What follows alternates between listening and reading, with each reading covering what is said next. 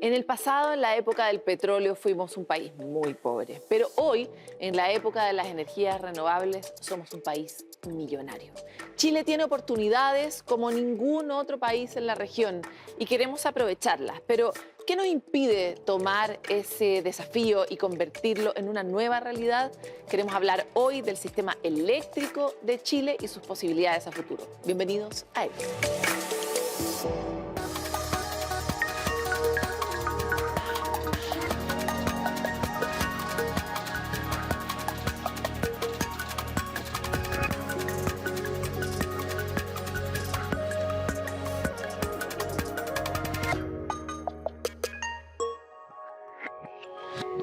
Como anticipábamos, la conversación sobre el sistema eléctrico es una conversación definitivamente eléctrica. Es apasionante, pero también abre una cantidad de oportunidades para Chile, para su desarrollo, para la transformación productiva del país y de toda su cadena de valor en otros sectores también tan grande, que es por eso que queremos entender un poco de su complejidad, pero sobre todo de cómo se proyecta a futuro, y estamos con tres grandes invitados. Y los presento. Primero, bienvenidos a todos a Hélice, el mejor programa en la televisión chilena. Lejos.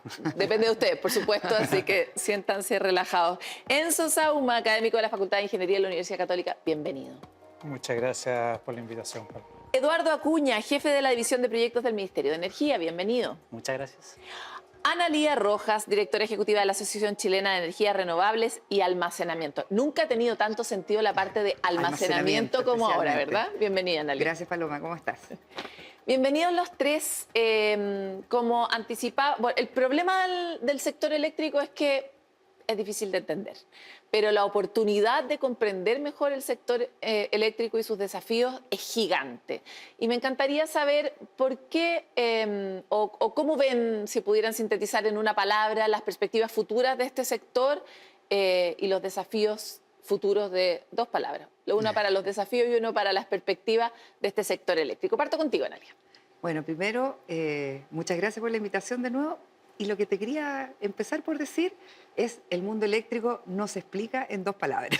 Eso es algo que hemos ido aprendiendo a propósito de la era TikTok en la que estamos, que todo lo tenemos que hacer muy rápido, muy en 5 minutos, 3 minutos. Bueno, no, parece que este es un sector que requiere efectivamente una profundidad de campo, la que hemos ido perdiendo en nuestros diálogos y discusiones, y yo creo que este programa es una excelente oportunidad para retomar esa profundidad. Vamos a profundizar, pero yo quería encontrar una palabra como, si uno dijera sector eléctrico a futuro, oportunidad, inspiración, Sí. o problema, complicado. Yo ¿Cómo lo lo ven? definiría como un desafío oportunístico. O sea, hay efectivamente muchas oportunidades derivadas de cosas que hoy día no están bien ajustadas y, por supuesto, de la mayor transformación que requiere el sector, que es en base a más penetración de energías renovables y almacenamiento. Eso Eduardo. es la oportunidad.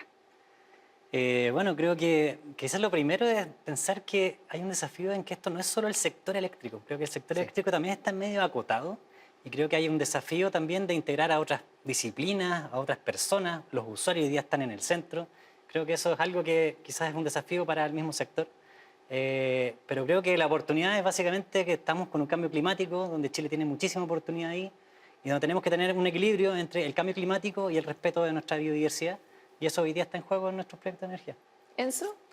Yo diría auspicioso, primero que nada. Creo que Chile tiene una oportunidad inmensa en el sector eléctrico y energético en general de aportar al cambio climático, de ser una matriz descarbonizada. Yo creo que tenemos todas las herramientas para poder ser ejemplo exitoso y ejemplo para el mundo. Así que auspicioso de todas maneras. Pero también desafiante, y esa es la segunda parte, porque como decía Analía, este sector tiene muchos desafíos, muchos detalles que hay que cuidar, porque si no cuida esos detalles, todo se empieza a desarmar. Y puedes perder la oportunidad definitivamente. Los quiero invitar a mirar una nube de conceptos, porque me encantaría saber cuál les llama la atención, cuál los representa, cuál interpreta. Y tengo automatización, modernización, redistribución, vulnerabilidad, flexibilidad, integración, conexión, infraestructura. ¿Quién puede elegir primero? Esta vez voy a partir por Enzo. Yo hablaría de vulnerabilidad en el sentido de que tenemos una gran oportunidad, el mundo va hacia lo renovable, nosotros vamos hacia lo renovable. No es extraño que de aquí al 2030 o 2035 tengamos sobre el 90% de energía renovable operando en el sistema. Y eso es un paradigma distinto de operar y planificar el sistema. Por lo tanto, si seguimos con el mismo paradigma, la misma paradójica térmica, carbonera, a gas, etcétera, que tenemos hoy día, el sistema se vuelve muy vulnerable. Vamos a volver sobre ese punto. Einstein diría a sistemas nuevos, reglas nuevas, pero nos hemos quedado medio atrás, Eduardo. Yo elegiría infraestructura. Creo Me la que... quitaste. Bueno, desde lo que... al menos de- Adaptabilidad es otro concepto Sí, importante en no, esta época. Yo trabajo en el ministerio y todo. Para nosotros esto creo que es un gran desafío. Es un desafío que también ha tenido hitos, ¿verdad? De poder producir nueva infraestructura, de poder tener infraestructura de transmisión, que es muy relevante, pero también un montón de infraestructura como complementaria, ¿verdad? Y que va de la mano con la energía renovable. Sabemos, como decía Enzo también, que hay un desafío en cómo vamos mejorando esta infraestructura, tanto en transmisión, tanto en distribución, y parte de esos fierros son necesarios también para el desarrollo de la energía renovable. Y de hacerlo rápido, porque infraestructura Sin duda. suena siempre a lento, a burocracia, a proceso, y hoy día estamos necesitando mucha más agilidad. ¿Analía? Ya, yo voy a elegir el concepto de integración, pero a lo mejor le voy a dar un twist, un vuelco a como ustedes a lo mejor lo pensaron. Claro, nosotros hablamos generalmente de la evolución del sistema eléctrico, la penetración renovable dentro del sector eléctrico, pero tenemos que tener una mirada integrada de lo que es el sistema energético.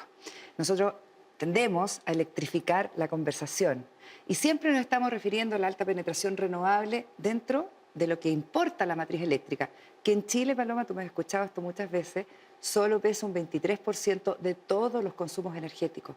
Nuestro real problema está en los consumos fósiles directos que tenemos, que hoy día representan casi el 63% también del resto de los consumos energéticos que tenemos en Chile. Y por eso electrificar para allá la Exacto. conversación. Y la electrificación va a ser precisamente que la integración de este concepto de básicamente nuestros consumos energéticos se vaya hacia lo renovable, hacia el almacenamiento, para hacer realmente esa descarbonización del sector energético. Muy importante lo que planteas porque para quienes no saben, el mercado eléctrico de Chile fue el primer mercado privado, digamos. En el fondo fue la primera vez que se creó un modelo donde además se separaron los sectores. Fuimos bien experimentales y bien pioneros en esa medida, pero el desarrollo de ese mercado requiere tener muy a la mano la conversación sobre la oferta y la demanda. Sí. Y uno de los grandes problemas que tenemos en Chile, que es un país chiquitito, es poder aumentar la demanda, ¿no? Que pasa un poco debajo de la conversación que acabas de plantear, Analía. Los quiero invitar a profundizar esta conversación en nuestra mesa de trabajo. Vamos. ¿Vamos? Me encanta.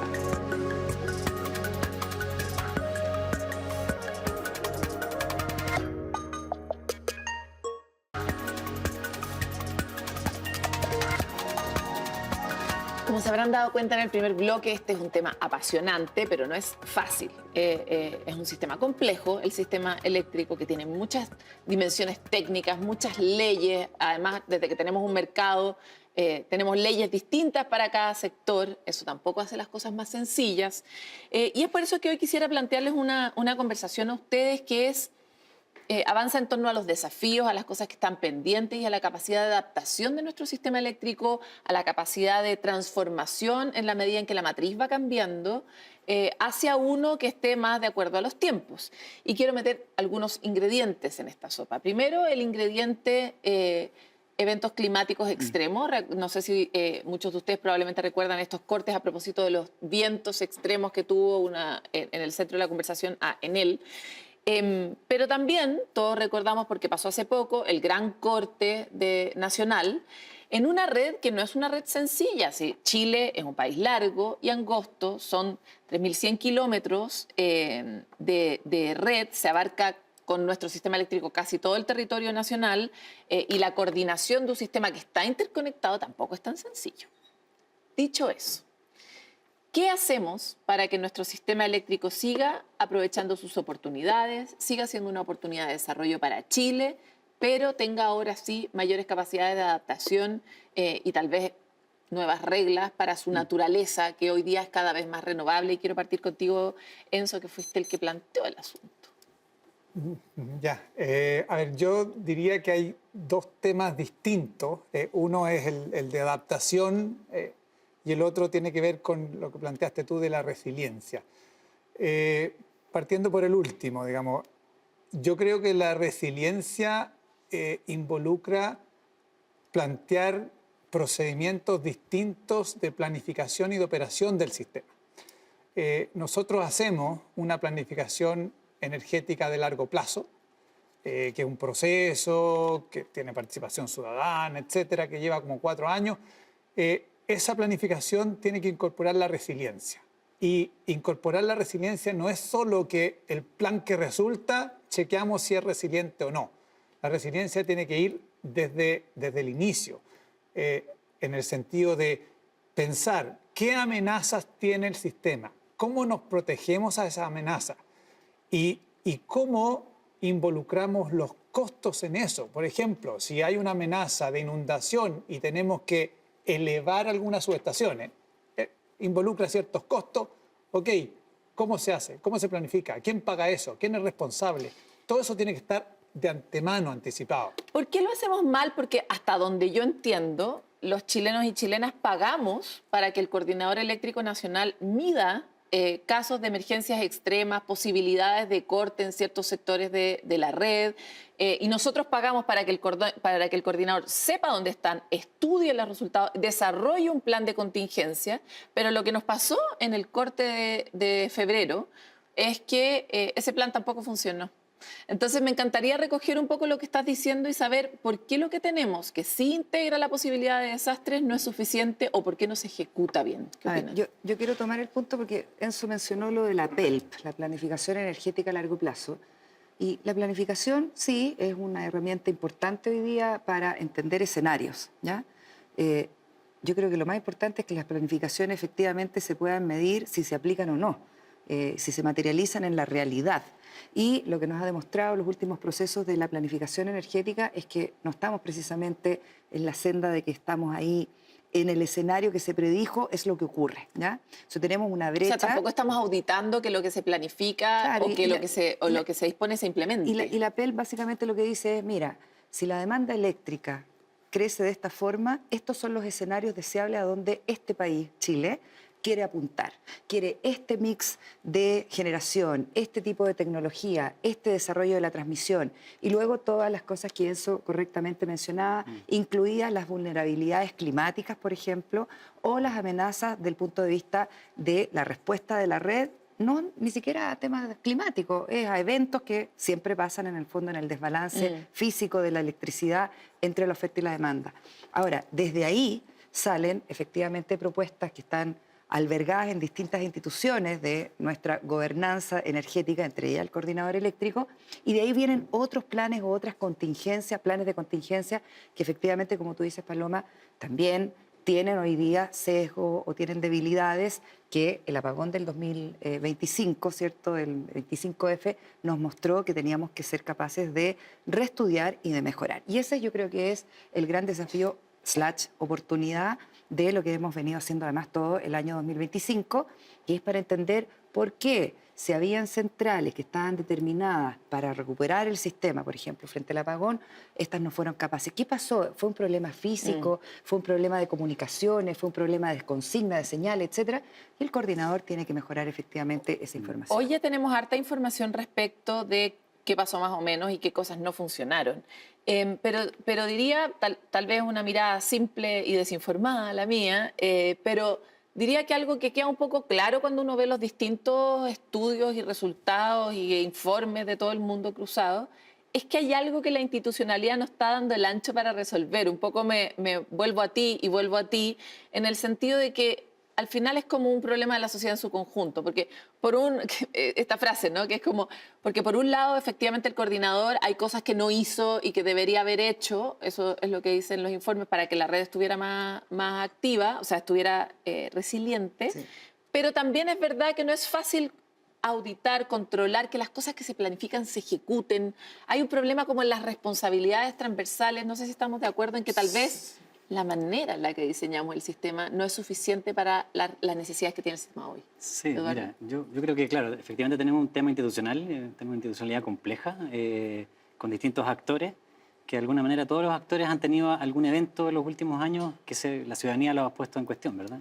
Y de alguna manera, claro, cómo vamos conectándose a distintas herramientas para tener efectivamente infraestructura o energía que sea resiliente, que esté de acuerdo a los cambios climáticos, también pasa por de alguna manera entender que las obras de transmisión, por ejemplo, son obras planificadas por el Estado. Entonces, también convive un mundo de la planificación que en todos los países del mundo está un poco más atrás que la generación, siempre tiene más retraso, pero el cómo nosotros damos ese carácter de infraestructura, por ejemplo, estratégica, proyectos estratégicos, para que podamos tener proyectos más rápidos desarrollándose, para que efectivamente lleguemos con esas soluciones, también es un punto que uno dice, ok, vamos a tener mayor resiliencia, vamos a tener mayor... Ya, me encanta que hayas puesto ese problema porque es un problema. Es un problema porque la ley de transmisión sí nos dijo Chile tiene que planificar como sobrado, ¿verdad? Que es lo que llamamos Holguras. Holguras. Y redundancias. El holgura es como que nos quede grande el traje porque sabemos que en algún momento vamos a engordar. Y planifica el engordamiento del sistema y de acuerdo a eso establece esas holguras. Sin embargo, ocurrió algo muy concreto después de la ley de transmisión. Primero, decimos, hay que planificar con holguras. Las holguras no fueron suficientes para entender el tamaño de la demanda que iba a haber. Y segundo, nos demoramos un montón de tiempo en echar a correr esos plazos que son largos y son tediosos. Digo, para que no empecemos a echarle culpa solo a la permisología. Partimos 3 o 4 años tarde. Entonces, ¿a quién llamamos? ¿Dónde está el Chapulín Colorado? Pero ¿sabes qué? La planificación de la red, que efectivamente se hace en base a las señales de demanda, tiene efectivamente esa limitación. Entonces, cuando tú tienes una demanda eléctrica que no está creciendo fuertemente, pero sí la oferta está creciendo mucho, ahí se produce un desbalance natural. La señal de la planificación, la que evalúa, en este caso el planificador, la CNE, el coordinador también, dice, yo tengo que planificar una red que además es pagada por todos los chilenos, que efectivamente sea de acuerdo a la demanda que existe. La planificación de la transmisión no se hace en base a la oferta. Y lo que nosotros hemos vivido en los últimos 10, 8 años es efectivamente mucha oferta renovable que está llegando. Nosotros nos alegramos por eso, es un gran motor de la economía sin duda, pero la demanda no ha sido acompañada, ¿cierto?, en ese ritmo que sí ha tenido el crecimiento de la oferta. Por lo tanto, redunda en una planificación de la transmisión, vamos a decir, limitada, acotada, porque la señal que tiene que darle, en el fondo, el tamaño de esa planificación es la demanda y no la oferta. Me encanta lo que estás planteando porque ese es uno de los efectos de haber separado los mercados. Y haber puesto incentivos, nosotros le pusimos un incentivo a esa oferta. Se la pusimos en particular en las transformaciones que se hicieron a la ley de generación en 2015, donde se hace un llamado a las enorme, licitaciones, claro. A las licitaciones, donde se hace un llamado enorme a todo el mundo, en el fondo, a incorporarse y se modifica las reglas de las licitaciones. Eso permite que entren muchos proveedores de energía solar. Y ahí, claro, la demanda para los inversionistas, para los fondos internacionales, la señal para eso fue enorme. Y ese es el mercado que tenemos hoy día también, muy incentivado por los llamados que hicimos. El problema es que no hicimos el mismo llamado o no generamos los mismos incentivos y las mismas señales en los otros dos espacios también. Pero hoy día sí tenemos un buen ejemplo. Los BES, el almacenamiento de energía, en los últimos 2 años ha tenido una explosión gigantesca y viene a cubrir justamente los problemas de vertimiento y de exceso de energía. Claro, pero es un efecto como Frankenstein. Pero está resolviéndose, o sea, está apuntándose y avanzando con correctos incentivos, sin una demora excesiva. De hecho, Chile en esto es un ejemplo a nivel latinoamericano y mundial del incremento del almacenamiento. Pero yo diría que el avance en almacenamiento ha sido porque las señales económicas han avanzado para allá. Bajaron los precios. Lo mismo que los paneles solares. Los paneles solares antes del 2010 la gente pensaba, no, esta cuestión es muy cara, las renovables nunca van a llegar, qué sé yo. Llegaron los paneles asiáticos en 2013-2014 y en 2014 explotó esto. Entonces, también hay una señal económica. Y ahora, yo creo que el problema, Paloma, es un problema de institucionalidad. No hay ningún problema con separar los 3 mercados, los otros países lo han hecho y funciona bien. El problema es que, por alguna razón, en Chile nos gusta poner hasta la coma en la ley. Entonces, tenemos cómo hacer, por ejemplo, planificar con holgura. Sí. Y cuando van a planificar con holgura, la ley te dice, pero es que tienes que hacer holgura solo cuando definiste ante el ministerio un polo de desarrollo. Y para hacer el polo de desarrollo tienes que hacer todos estos pasos de que dura un año. Y eso después va a consulta indígena. Y todo está escrito en la ley, entonces no te lo puedes saltar. Hasta la PEP dice que por ley hay que tener 3 escenarios. Está escrito en la ley. En ningún país te dice cuántos escenarios tienes que planificar. Es una perspectiva. Entonces, los chilenos nos Tenemos gusta poner todo en la ley. Una ley muy controladora. Y al final nos amarra. Perdón, hay otro elemento, creo que es bien importante igual, como en el esquema general, y es que nosotros tenemos un desafío como geográfico, ¿verdad? Nuestra energía, nuestra producción de energía está fundamentalmente solar en el norte y nuestro consumo está en el sur, y eso de alguna manera implica que tienes que tener muchas carreteras de energía gigantescas que tienen un tiempo mayor, y lo que uno debería pensar es cómo aumentamos entonces la generación de energía más cerca del consumo, ¿verdad? Ya sea en la demanda, ya sea más cerca de los centros de consumo. Y eso hoy día tampoco es algo que tengamos nosotros muy desarrollado. Ha entrado harto la energía eólica para complementar la oferta solar y eso ha empezado a resolver de alguna forma algunos de los problemas que tenemos en los consumos, pero definitivamente no es suficiente. Hoy día incluso se está hablando de mercado offshore. Sí. Analía, es que estás con cara de comentario. Exacto. Dale.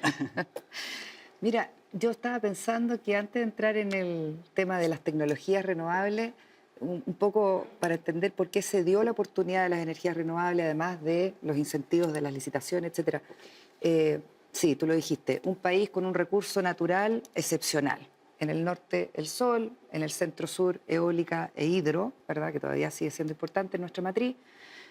Pero hay una señal que no la hemos comentado y que yo creo que está marcando hoy día la oportunidad que queda todavía para las energías renovables si es que la demanda eléctrica no crece, que es lo que está ocurriendo en este momento. Pero se llama el plan de descarbonización.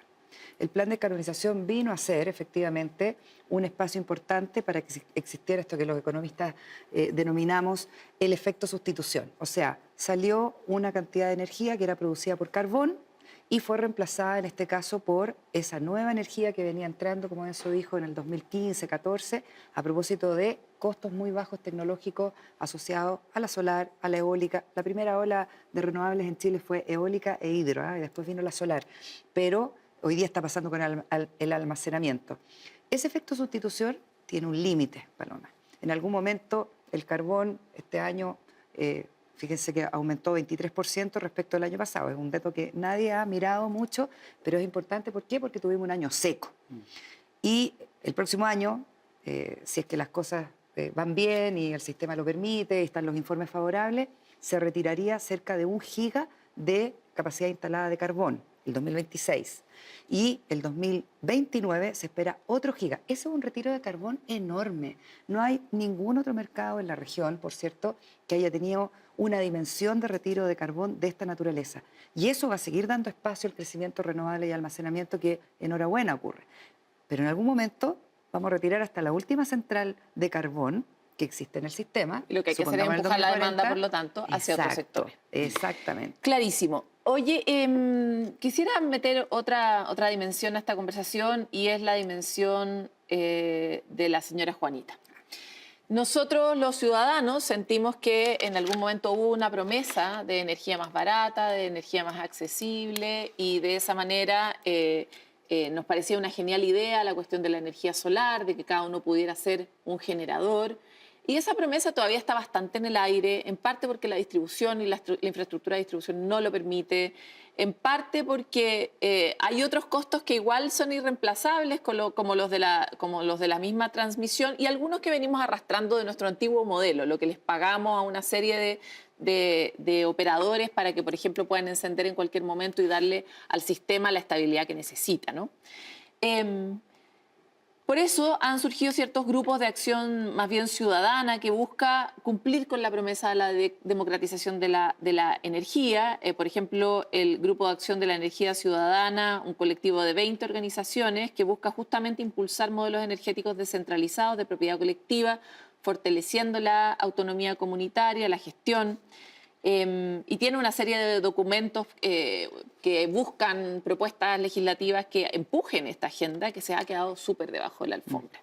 Y eso tiene una cosa bien buena porque nos permite a los ciudadanos imaginar que también hay un futuro para nosotros en esta conversación mucho más directamente vinculado, pero vuelve a poner la señal al sistema de que no ha sabido cumplir esa promesa que era como lógica en el pasado.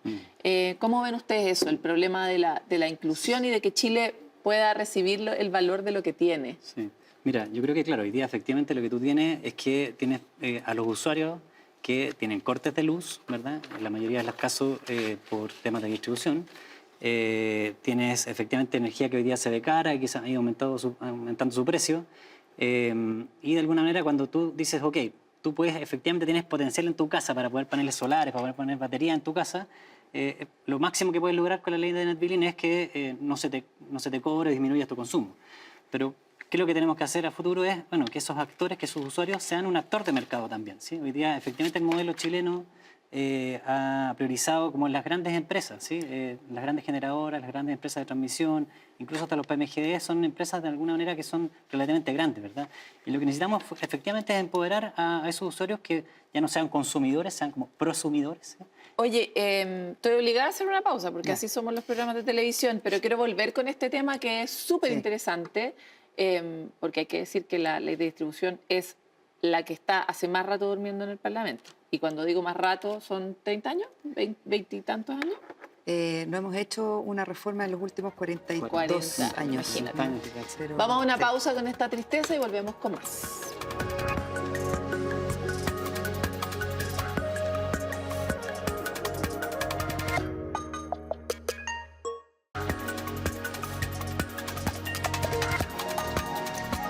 Volvemos en este capítulo de Hélice, tratando de imaginar cómo podría ser una transformación y una adaptación de nuestro sistema energético de acuerdo a los desafíos que tenemos actualmente, pero sobre todo para aprovechar las oportunidades a escala nacional, como país, con todas las oportunidades y riquezas energéticas que tenemos, y a escala individual, los ciudadanos. Y dejábamos sobre la mesa esta deuda histórica a estas alturas con la ley de distribución que tiene 40 años de retraso, pero además que es una pieza del Lego que si no se actualiza, cerramos por fuera. Claro. O sea, en el fondo, ¿cómo vamos a soñar con electrificar los consumos si la ley de distribución no está vigente? Por un lado, para que nosotros podamos inyectar mejor energía y ese sistema funcione bien, hoy día no funciona bien, pero también para que podamos tener una estabilidad en la red y hacerla más eficiente. Para eso necesitamos redes inteligentes que se puedan administrar. ¿Qué opinan? Enzo? A ver, yo creo que es vital y urgente, digamos, el acelerar un cambio en la distribución, el permitir una discusión que va de cosas tan básicas como de quién es la información de consumo. O sea, ¿cuándo consumes tú toda esa información que hoy día la tiene la distribuidora? ¿De quién es? ¿Cierto? Es como obvio que es de la persona. Ok, pero ¿cómo la persona la puede administrar? ¿Cómo se puede gestionar? ¿Cómo se puede usar? Todo eso requiere de acuerdos y legales que eso da pie para después decir, ok, con esa información, ¿cómo implementamos red inteligente? ¿Cómo implementamos plataformas digitales para que haya intercambio de energía, etcétera?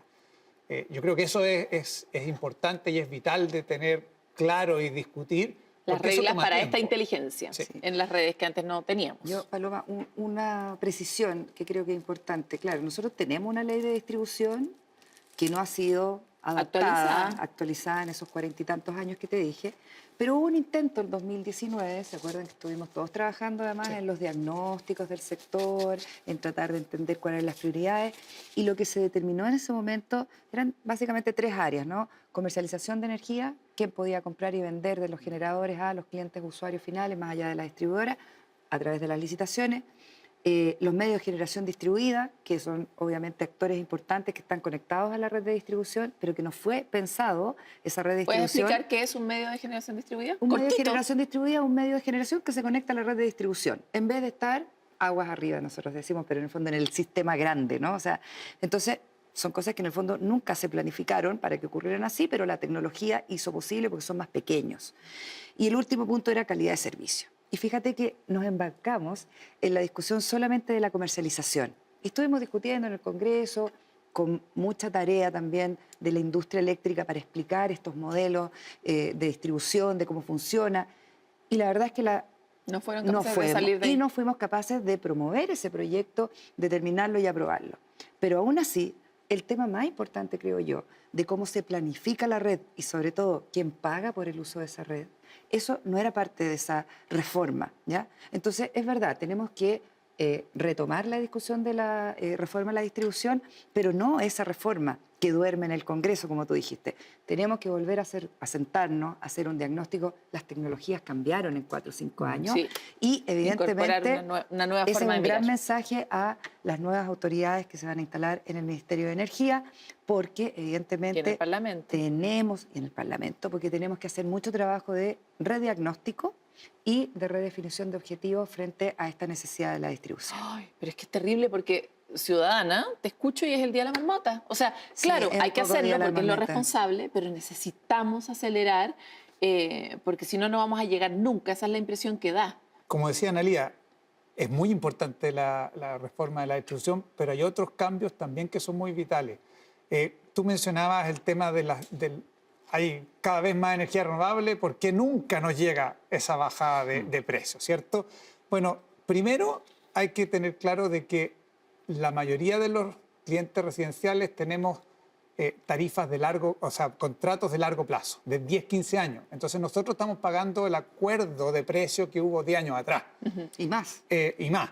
Y por lo tanto, esa baja de precio debería llegar, pero no es lenta, se va a demorar, puede que se demore 10 años en llegar. Cuando Además, entran los nuevos contratos. nuevos contratos, nuevas transmisiones, etc. Perdón, pero eso también tiene harto que ver con lo que tú decías, Paloma, porque en el fondo siempre las reformas se han planteado como reformas por sector, por tramo, ¿verdad? Entonces estamos hablando de la reforma de la distribución, pero acá hay un problema que al final en la cuenta le llega a todos los precios, todos los valores, ¿verdad? Entonces efectivamente esos contratos se arrastran, la penetración de las renovables no logra llegar por el tema de infraestructura, pero al final, claro, todo eso se suma y no es solamente una reforma a la distribución la que resuelve el problema, es quizás lo más importante hoy día porque es lo más atrasado.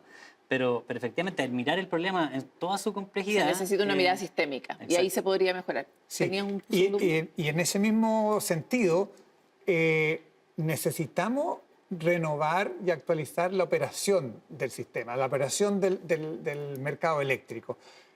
Operamos hoy día básicamente con un pronóstico de lo que va a pasar al día siguiente, las 24 horas siguientes, y después tratamos de ajustar sin simular de nuevo en el hora a hora, digamos, el sistema para ver cómo, si deja de soplar el viento o no, cómo ajustamos las energías, cómo satisfacemos las demandas, etc.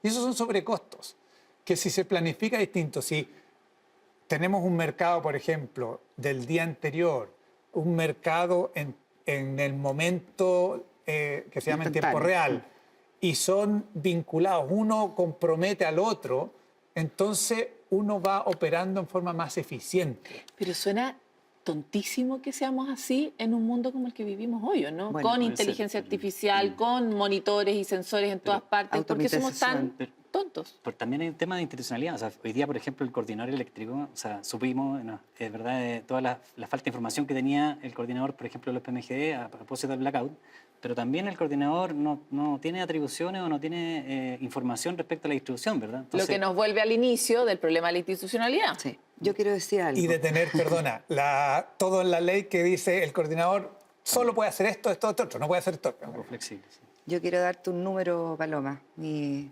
típico para además grabarlo en la audiencia. 70-20-10. 70% importa el costo de la generación en la cuenta eléctrica de lo que tú decías, la señora Juanita, le vamos a poner cualquier nombre, pero el cliente usuario, ¿no? Y la transmisión y la distribución respectivamente 20 y 10. Entonces sí es importante hacer esas otras reformas, pero el peso en la cuenta realmente la tiene en mayor preponderancia el costo de la generación. Y por eso es tan importante que hoy día más contratos de energías renovables entren. Hoy día es relativamente baja la participación de energía renovable no convencional en los contratos que están suscritos. y que nos abastecen a nosotros. Es más o menos del 15%. Nuestra preocupación es que esos contratos, evidentemente, tú dijiste, no, en la medida que entren más contratos renovables, se van a ir bajando las cuentas. Sí, pero la energía renovable también, como ha tenido algunas dificultades en los últimos años, hoy día se están reflejando riesgos que se traducen en precios y mayores precios en las ofertas. Por lo tanto, en las últimas 2 licitaciones, la energía renovable o los mix de energía que se han presentado no han sido más baratos.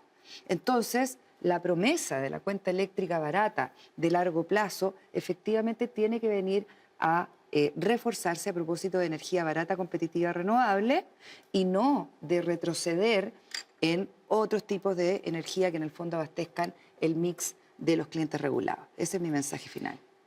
Es complicado tu mensaje final. Complicado. Porque metiste varios pelos en la sopa que yo creo que no alcanzamos a explicar, pero sí hay algo que es muy concreto. Hablaba con otras fuentes a propósito de este tema, nos obsesiona en el área de futuro de CNN. Está muy bien que sea así. Y nos decía que de hecho el peso de la generación era más bien 75 incluso, si es que uno lo medía. Y ahí en esa bolsa de generación no comprendemos bien de qué está hecha esa bolsa de generación. Y hay cosas que están asociadas efectivamente a los consumos directos, pero hay otras cosas que están asociadas a contratos que buscan darle como seguridad al sistema. Ya. ¿Dónde es que uno podría como apretar el sistema para que pudiera ser eventualmente más barato? O por último, más resiliente, ya si puede que abandonemos el problema del costo, pero que tengamos un mejor servicio, ¿no? A ver, hoy día la demanda eléctrica, está abastecida, la de los clientes residenciales, más o menos en un 60-70% por generación convencional, ¿ya? Y el resto es por generación renovable no convencional. Y lo que muy bien decías tú también, Eduardo y Enzo, es una composición, un mix de distintas tecnologías y distintos años de licitaciones. Los contratos se van a ir venciendo, tienen que entrar los nuevos contratos y con debería energía entrar almacenamiento renovable para y con darle... almacenamiento y todo. Ya, pero es súper importante distinguir los contratos que abastecen la demanda regulada no es un reflejo de la operación diaria de nuestro sistema. Claro. Entonces, nosotros sí, en la operación diaria tenemos 70%, 75% de energía renovable promedio anual. Es súper alta, pero eso no se refleja, no es idéntico, no es coherente. ¿Qué tiene con la que entremos a la parte donde ustedes son los presidentes de la energía y dicen, lo que hay que hacer es esto. Ya, a ver, vamos con Tú ya que estás en el Ministerio, aprovecha. Yo creo que, claro, o sea, efectivamente, mira, lo que se ha avanzado importante es que, de alguna manera, los costos... acá hubo una paralización de los costos, un congelamiento de los precios de la energía. Eso igual fue importante en este gobierno, ¿sí? Porque había que avanzar y abordar ese problema. ¿Tú quieres complicarme el problema? Y claro, es que bueno, pero es que también es parte de la realidad, entonces es parte también de las prioridades, donde se van poniendo los focos. Es verdad. Y bueno, yo creo que un elemento bien importante también tiene que ver con, por ejemplo, la creación del subsidio eléctrico, ¿sí?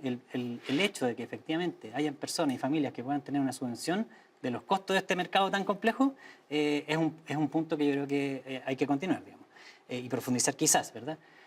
Lo otro es... Entonces, eso es el mercado, ¿verdad? Hay que ver el mercado. Hoy día lo que tenemos básicamente es que, si lo pusiéramos en el ejemplo de frutas, nosotros tenemos frutas muy baratas en el norte, pero resulta que las frutas no se pueden transportar por las carreteras, entonces terminamos pagando muchas veces la fruta cara que está amarrada por contrato a largo plazo acá en el centro-sur del país. Pero, perdona, yo quiero hacer una distinción. Amarrada es que fue la licitación que sí, se dio está bien, y pero tiene una a largo duración, plazo y vamos a tener que estar ahí con un tiempo más, digamos. Tiene una duración digamos, que respeta sin la duda, certeza jurídica de esos por contratos. supuesto, claro, sí. Amarrada por una ley. Exacto, sí, pero efectivamente es así. Y por el pero por Estado, eso estamos hablando de cómo finalmente esto se percibe en la ciudadanía, ¿verdad? Y hay un tema que es difícil de explicar también. Muy ¿sí? difícil. Pero sin duda que es así. Y lo otro es, yo creo que la diversificación de nuestras energías. Si efectivamente lo que hablábamos es tanto de flexibilidad en la demanda, que pues, efectivamente todas, ya sea las industrias pequeñas, los comercios y los hogares puedan tener sus paneles solares, sus baterías, el cómo acercamos y tenemos, tú mencionaste offshore también, el cómo ponemos otras energías renovables más cerca de los consumos, eso también es un mix que de alguna manera también te permite tener un sistema de alguna manera que pueda avanzar sin tanto riesgo, ¿sí? Pero que lo tiene que reconocer el sistema en sus contratos. O sea, no podemos estar viviendo dos realidades, pues estar produciendo una cantidad de energía y finalmente estar usando otra. Sí, yo creo que voy a volver a algo que se dijo antes. Aquí es súper clave tener una visión de sistema. Voy a poner un ejemplo. Si no creo que sea la solución, pero si uno llenara de paneles solares todo el desierto de Atacama y tuviera una línea de transmisión infinita para todo Chile, entonces todos tendríamos una energía ultra barata, los precios estarían por el piso, todos felices, ¿cierto? Ahora, eso obviamente no se da porque tenemos congestión en la transmisión, somos un país muy largo, por lo tanto siempre vamos a tener congestión en la transmisión, y eso es lo que encarece la energía. Por lo tanto, dado el contexto geográfico que tenemos en nuestro país, dada la realidad de cómo operamos, lo que tenemos que hacer para ir realmente hacia esos precios más bajos es haciendo más eficiente la operación del sistema. Y eso creo que parte por hacer menos rígido, hacer más flexible la operación que tiene el coordinador. Yo creo que el coordinador no tiene la flexibilidad para operar de manera más eficiente, tampoco tiene el presupuesto y la organización para operar de manera más eficiente. Y eso es lo que yo decía de operar en distintos mercados, del día anterior, del mismo día, no hacer con una lista de mérito ordenadita de quién entra primero, sino que simular el sistema y ver a quién realmente le conviene, etcétera. Bueno, la cosa de la discrecionalidad que tiene el coordinador para definir quién entra y quién no entra es algo que ha sido cuestionado ampliamente en la industria en distintos momentos por cómo aplica los principios que rigen en la ley que creó el coordinador. Los tengo que hacer una pausa para ir al siguiente bloque, pero volvemos con más acuerdos o desacuerdos en él.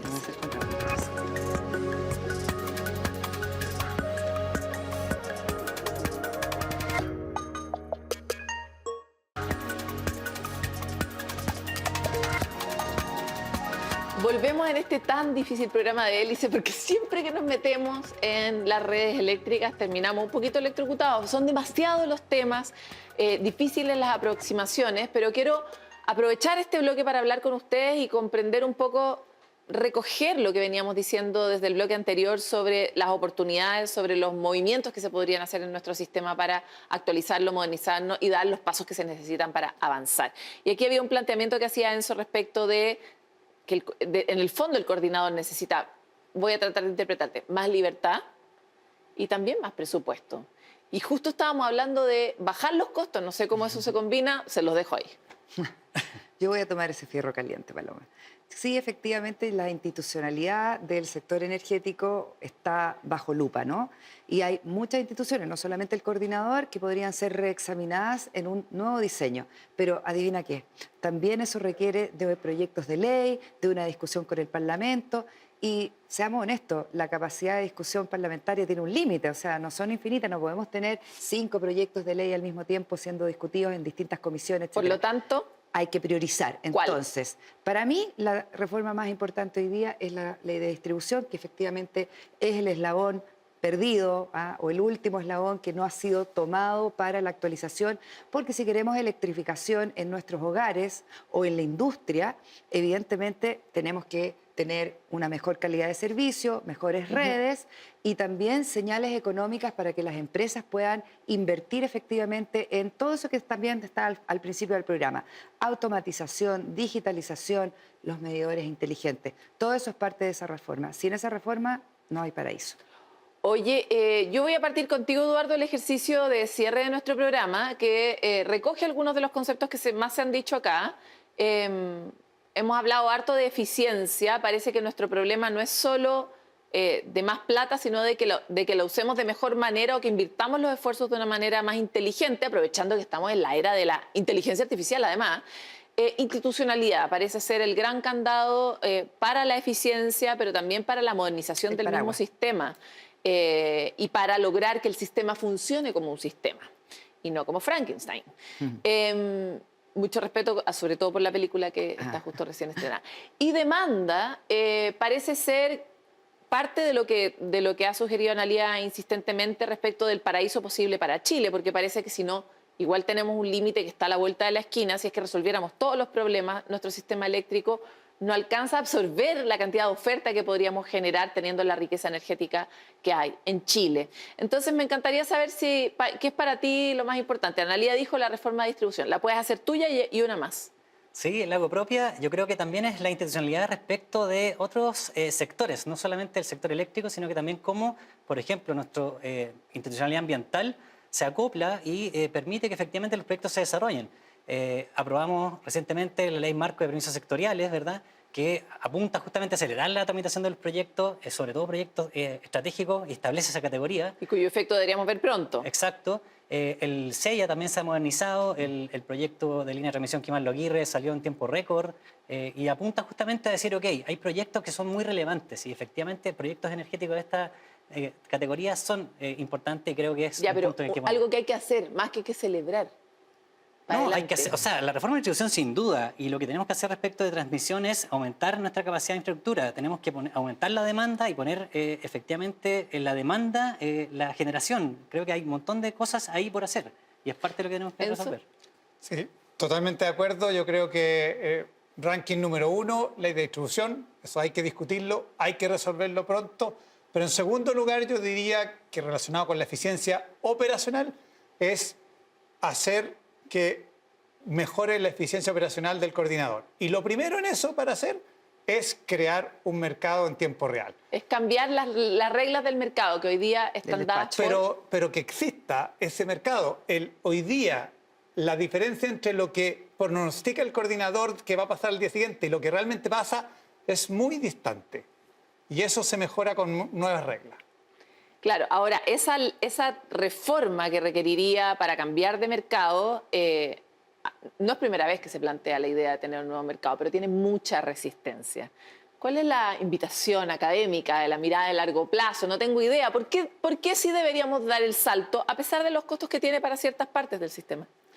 Bueno, eso requiere presupuesto para cambiar. Eso puede tener un costo de muy corto plazo, porque hay que implementar eso. En el ajuste. Pero si uno mira a largo plazo, y aquí a largo plazo estamos mirando 5, 6 años, ya se deberían ver bajas en el mercado, en los precios evidentes. Y eso ha pasado en todos los países donde se ha implementado estas eficiencias operacionales. Oye, tengo que cerrar porque así es la vida, pero ya que están juntos y tú representas a la academia, tú representas al sector público, tú representas al sector privado, pídanse algo entre ustedes desde ahora ya cortito.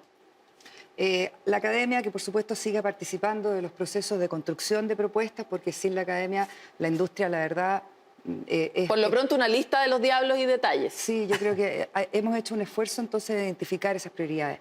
A la institucionalidad, obviamente, del ministerio, por favor, profundidad de campo en las discusiones. Los procesos hoy día son súper participativos, pero a veces quedamos cortos con la profundidad técnica y el conocimiento que tiene la industria de cómo opera el sistema, indudablemente para ustedes también es valioso. Eso. ¿Viceversa? Para la industria creo que hay que ampliar también lo que es el sector eléctrico. Sí, creo que esto también implica un desarrollo económico, el cómo traemos energía de afuera, infraestructura de afuera, pero también cómo la hacemos acá adentro, cómo generamos capital humano, cómo esto también implica empleo para la gente, servicio especializado, cadena de valor. Creo que es algo muy importante. Check. La economía circular, nosotros estamos empezando a trabajar en eso, creo que también es algo muy relevante. En los territorios nosotros la gente nos dice qué vamos a hacer con estos paneles solares. Y con las Creo baterías. con las baterías, creo que ahí hay un espacio que hay que seguir trabajando, creo, muy en bien. conjunto y un desafío. Y para la academia yo creo que hay que ampliar muchísimo la conexión entre la academia y el Estado. Yo sé que tú trabajas intensamente con las instituciones públicas, pero creo que en general también quizás ampliar a otras disciplinas. Hoy día, no sé, en la industria del offshore, por ejemplo, sabemos que hay temas oceánicos, o sea, nos salimos como quizás de la misma esfera que siempre hemos estado y creo que ahí también hay un desafío importante de cómo trabajamos en conjunto. El último pide mejor. ¿viste? Absolutamente Te de toca. acuerdo. Sí, mira, la petición en realidad es para ambos. Los timings en la academia son distintos que la industria y que el gobierno. Tenemos una mirada, nos tomamos más tiempo, mirada más de largo plazo. A la academia como que tiendan a no importarle mucho o desmerecer un poco la problemática, el incendio inmediato y mira mucho más a largo plazo. Y la invitación es a que juntos miremos también el largo plazo, no solo los incendios, que muchas veces los incendios no te dejan ver, digamos, más allá en el largo plazo. Les quiero agradecer a los tres por haberse sumado a este juego de hélice que busca, por un lado, modelar el tipo de diálogos que están necesitando problemas complejos, pero también ofrecer miradas, expectativas, pronósticos, posibilidades a los ciudadanos y ciudadanas que habitualmente estamos abajo de esta conversación. Así que muchas gracias a los tres. A Muchas ustedes, gracias. muchas gracias. Repitamos. Nosotros siempre queremos repetir, Hélice. ¿Por qué es un programa tan interesante? No es que lo diga yo sé que tengo un poco, tengo cierto conflicto de intereses en esta declaración, pero cada vez es más interesante comprender la complejidad que nos rodea, apasionarnos por el mundo que nos ha tocado vivir y sobre todo participar de él, porque si no estamos todos, no funciona. Y eso lo ha probado la ciencia, por eso hacemos Hélice y siempre los invitamos a encontrarnos en el siguiente capítulo.